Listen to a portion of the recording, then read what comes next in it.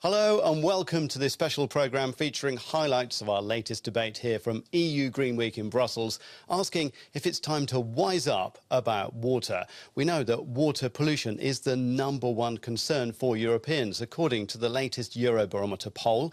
And we've been taking your questions and putting them to our panel of experts. And here are some of the highlights. Let me introduce the panellists. I'm pleased to welcome Florica Fink-Huyer, the Director General for Environment at the European Commission, Henk Ovink, the Executive Director for the Global Commission on the Economics of Water, and Arno Velito, the CEO of Veolia Water Technologies. Thanks very much for being with us on this panel. We've got a great set of questions that we've had from our audience coming in. Let's get started with the polling that recently came out from the European Commission, which found that pollution was the #1 concern for Europeans. In fact, 69% of them said that was what they were worried about when it came to water. Florica, are Europeans right to be concerned about water quality and about pollution? I think every citizen is always concerned and should be concerned about the health and the well-being and also the economic state. That's perfectly right. Now, when I compare it to the global situation, we are a little bit privileged. We have a very solid, very wide framework of laws. We have really seen that because of the Basin Water Directive. You are now, when I compare it to my childhood, you can go and swim in certain areas, and we have an app, and you can look whether or not you can safely, without any exposure to diseases, swim because of bacteria or non-bacteria. We have the Drinking Water Directive, we have the Urban Wastewater Directive, and we have upped these in order to also meet the new concerns, because there are new concerns due to microplastics, new types of pollutants that enter the water. We are highly industrialized. Obviously, there are new challenges, and we have to adapt our legislation to these new challenges. Because what you're talking about is kind of we're cleaning up from the 20th century, but now we've got 21st century concerns as well. Henk, are Europeans right to be concerned about pollution? Yes, they are. Water affects our health, our human health, our health for our kids that we want to bring up in a healthy environment, but also health for our food systems and the combination with industrialization, pollution, forever chemicals, medicines in our water, plastics and microplastics. The image in our minds is there's all kinds of junk in our water. Is that actually true, though, Arno? Basically, it's mostly for me how we are going to manage it as citizens, as industries, as a whole. Got some fine Brussels tap water there. Should I be worried about that? I don't think so. No. I guess. But is there stuff in there that you'd actually ultimately like to take out, Henk? You have to really distinct the water that's coming from your tap and the surface water and your groundwater. Exactly. Totally different conditions there. I think we're very good with technology and regulation to really protect our citizens for drinking pollutants. But it doesn't mean that our environment is not at risk. And with that, at a certain point, also your drinking water. But right now, I should not be concerned about the water I drink, because we have regulations in place, European and per country. For the last few decades, there's a ton of rules that have come in. And this is one of the goods which is the most controlled, in terms of sanitaries and health. It's the most controlled goods that you are eating and drinking. Let me bring in a question that we got from one of our audience members, actually, because I think it's helpful to hear different voices in the conversation. This one comes from Peter Elson, who's the founder of Canal It Up. He actually campaigns for water quality here in Brussels. This is his question. Hello, my name is Peter Elson. I'm the founder of Canal It Up, and here is my question. What could be a reason for Brussels to get everybody behind a water quality story to really end sewage overflows into the Brussels waterways?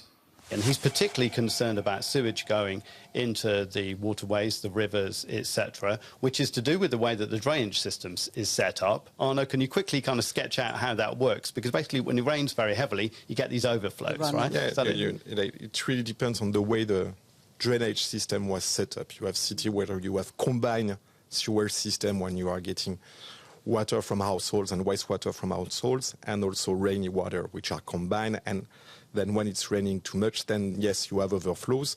And that happens in Brussels today. that might happen in Brussels today. And those overflow, then the question is, how are you able to treat them?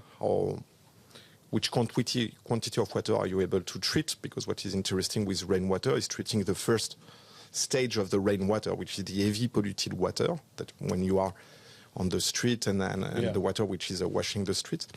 But then after that, you have somehow clean water to discharge. So this is finding the right proportion between that. But it isn't like that everywhere, though, Henk, right? No, it's not like everywhere. But in the combination of what we see happening, events become more extreme. So we have longer periods of drought and more heat, and that means water quality actually goes down because the water quantity goes down, and with heat, water quality goes down. Even here in Brussels, that can happen. Also here in Brussels, the city is heating up. In the combination of these massive cloudbursts, all of a sudden putting so much pressure on a system that it starts to burst. And you have to rethink that if you combine storm water with sewage water and your system in a city that is a hardened surface like here, you always have a problem. So you have to think about nature-based type of solutions where you start to capture that water before it ends up in your sewage systems. I can give you an example from Belgium, which really made people change. That was the big floods. I really was very pleased that I was in Wallonia not so long ago, and they handed over to me a check of representing 1 million trees that had been planted after the flood, and also hectares of hedges. A nature-based solution in order to capture, to keep the soil, slow down the water, right? Slow down the water. It's really a nature-based solutions against disaster risk, right? And action as prevention, but also in the floods. So that was, unfortunately, as often the case, a catastrophe, a disaster, triggering people to rethink. All of us want to have great quality water. You've already mentioned PFAS. We know that's one of the things out there, these kind of forever chemicals, 10,000 odd of these things that seem to be everywhere, not just in the water. But you've also got antibiotics, you've got hormones, you've got industrial chemicals, you've got cyanotoxins, you've got nanomaterials. A real smorgasbord of stuff that I don't really want in my water. Technically, Arno, can you clean those things out? I mean, before we start making rules and everything, can you actually get rid of them? I mean, technically, we need to see things in different stages. The first one is to be able to monitor and to measure.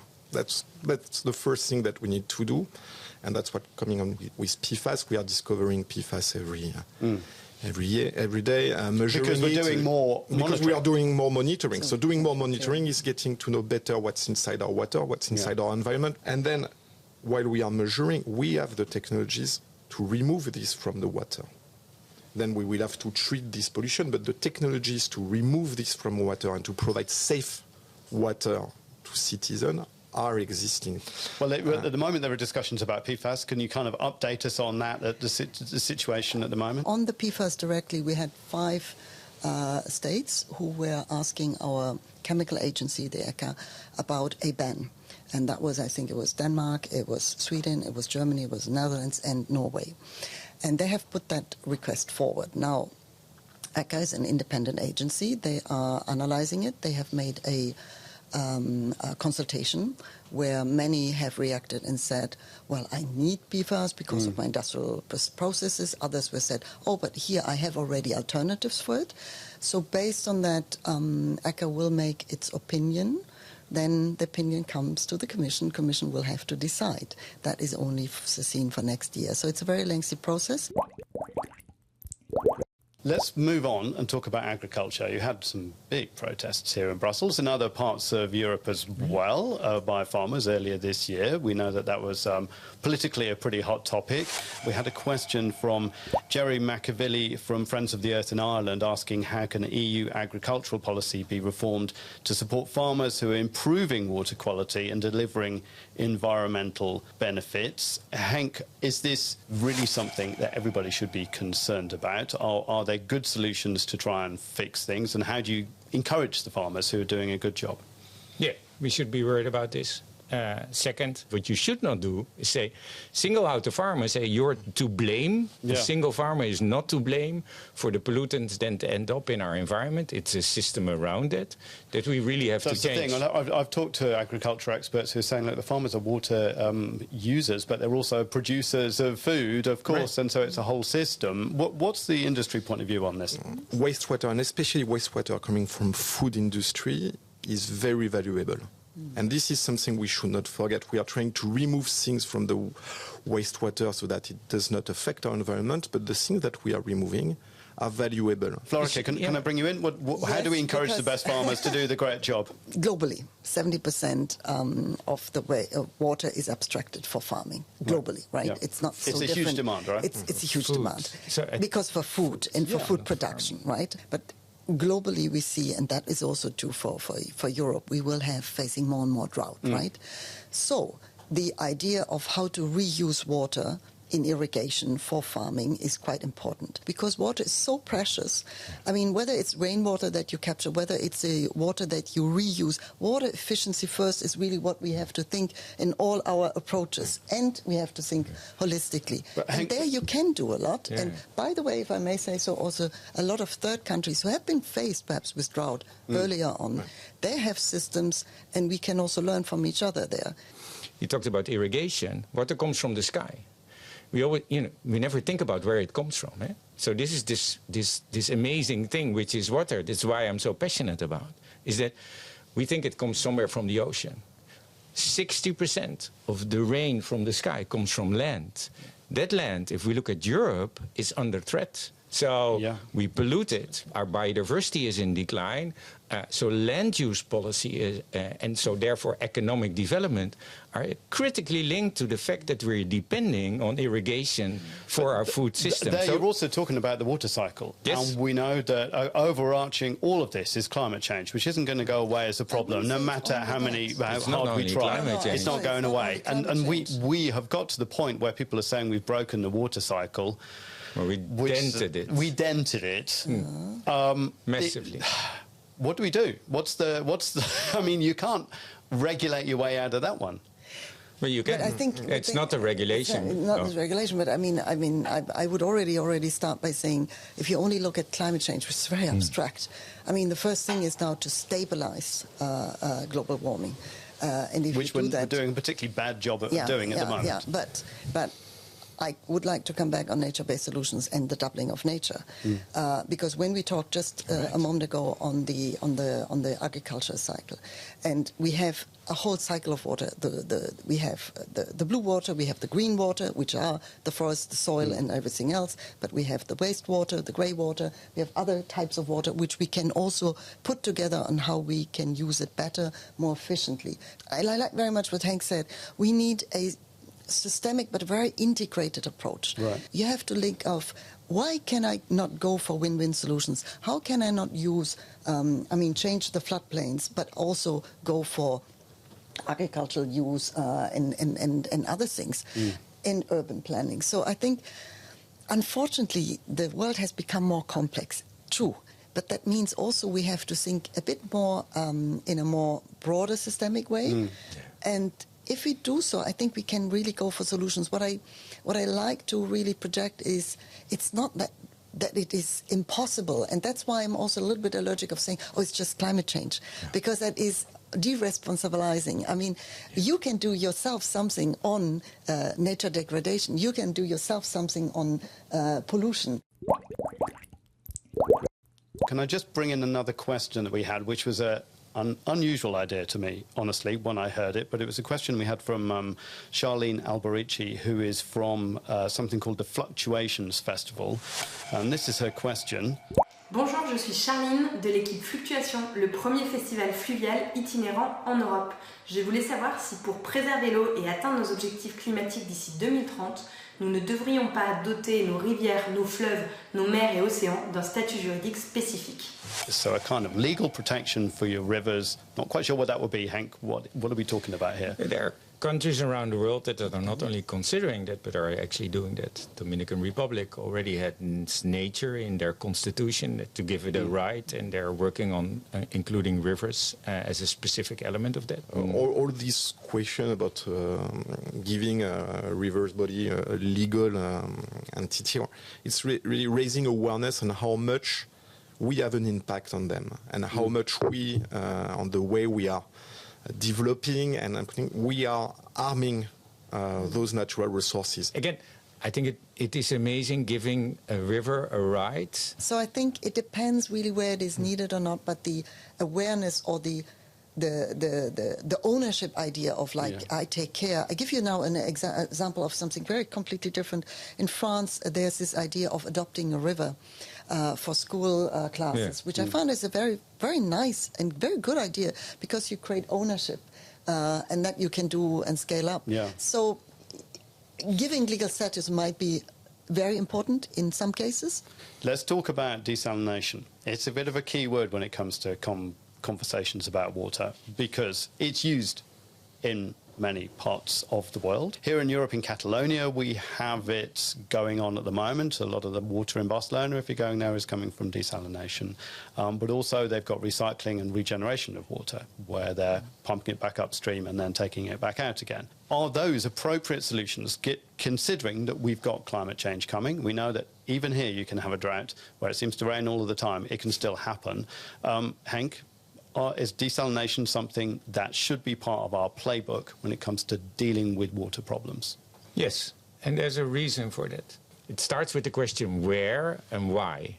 If I'm in an arid region around the world where there's no water around, desalination in a very sustainable and innovative way is part of the solution. If I'm on a small island state and my freshwater bulb is becoming saline and there's no water around, I need it for my survival. But you really have to tailor it, and you need the innovations, and you have to make sure that whatever you take out of that water doesn't end up in our environment, so it kills us all. Arno? No, mates. Desal is definitely part of the playbook. Once again, for us, it's the last of the solution, meaning that we need to use it when we have to use it. We have done massive work within Veolia in order to reduce the impact of desalination. You were speaking about electrical consumption. We've reduced it drastically during the last 10 years, improving membrane technology, putting energy recovery device on nothing, recovering as much as we can as energy. And coming up to the brine, we are now monitoring how we can reuse brine, recreate salt with brine, etc., and monitoring the impact of rejecting this brine into the environment. So there are many solutions in the playbook which can be guided by a global framework, but coming back to that, it's really on the territory that the solution needs to be done. Even in terms of reuse, reusing water is completely part of the solution. But if you are reusing too much water at the outlet of a wastewater treatment plant, this has a huge impact on the river in which you were rejecting your water before. And what's going to happen to the cities which are below you in this system? What's going to happen in terms of concentration of pollution within this river and the biodiversity within the river? So this is really a holistic approach that we need to take. There is a full playbook of solution, and then you need to define clearly what solution fits the problematic the challenges you are facing in your territories. Another question, finally, that we've had from a viewer. This is Thibaut Koch, who's a school teacher from Paris, who's asking, do you consider water to be a common good, basically something that sort of should belong to everyone? Florica, what's the point of view on that? Well, it is a common good. It's also actually a global good. But then if you combine that, that gives different responsibilities. I mean, everybody thinks water is there, at least in Europe. I mean, in other countries, they would not. But here, water has no real price. It's probably the price only what we're paying is for the service, but not for the water itself. But the context of his question is these big reservoirs being built by agro-industrial organisations in France who are hoarding the water. That's the word that he used when he was talking to me about it. And that is coming for the question but when you look at Europe, you will realise that it's also not something that we can just only see in the national context. We have river basins, which are going across borders. So you cannot, I just say, I do it on my own, it's just a public or national good. So water is really going everywhere and therefore has no borders. If you look at the hydrological cycle as a global common good, yes.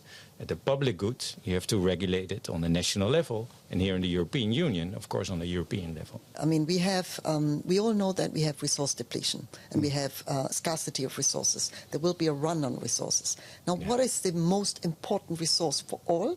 It's water. Well, that's all we have time for, but you can watch the full 1-hour debate on Euronews.com, and please let us know your views on water quality issues where you live using our Euronews social media channels.